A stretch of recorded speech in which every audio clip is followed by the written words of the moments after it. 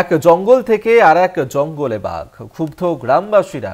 খাঁচা পাতার দাবি না মানায় বন দপ্তরের ওপর ক্ষুব্ধ গ্রামবাসীরা। গ্রামবাসীদের দাবি, বাঘ শ্রীকান্তপল্লী এলাকা থেকে চলে এসেছে, সকলকেই নিরাপদ জায়গায় থাকার অনুরোধ কোস্টাল পুলিশের।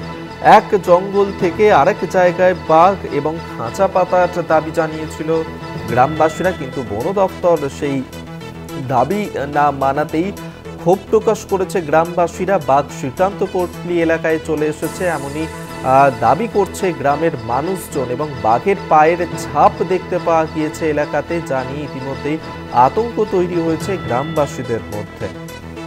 রাজু দাস আমাদের সঙ্গে টেলিফোনে রয়েছেন প্রতিনিধি, আরো বিস্তারিত জানবো। রাজু, দেখো অভিক, গতকাল মইপিট কোস্টাল থানা এলাকায় যেভাবে বাঘের দেখা পায় গ্রামবাসীরা, তারপরেই তড়িঘড়ি বন দপ্তরকে খবর দেয় এবং বন দপ্তর এসে 3 দিক ঘিরে আবার গভীর জঙ্গলে পাঠানোর ব্যবস্থা করে।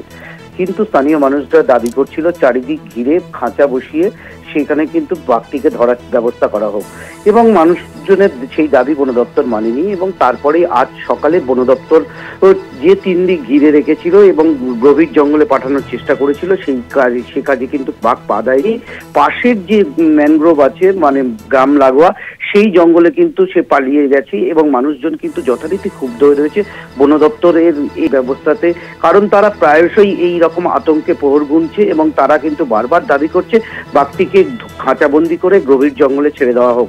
এবং আজ আবারও যে জঙ্গলে আবার বাঘটি আছে সেই জায়গাটাকে চিহ্নিত করে এবং চারিদিক ঘেরার ব্যবস্থা করতে পারে বন দপ্তর, তেমনই কিন্তু প্রক্রিয়া শুরু হয়েছে। অভিক, ধন্যবাদ তোমাকে। রাজু দাস আমাদের সঙ্গে টেলিফোনে ছিলেন প্রতিনিধি।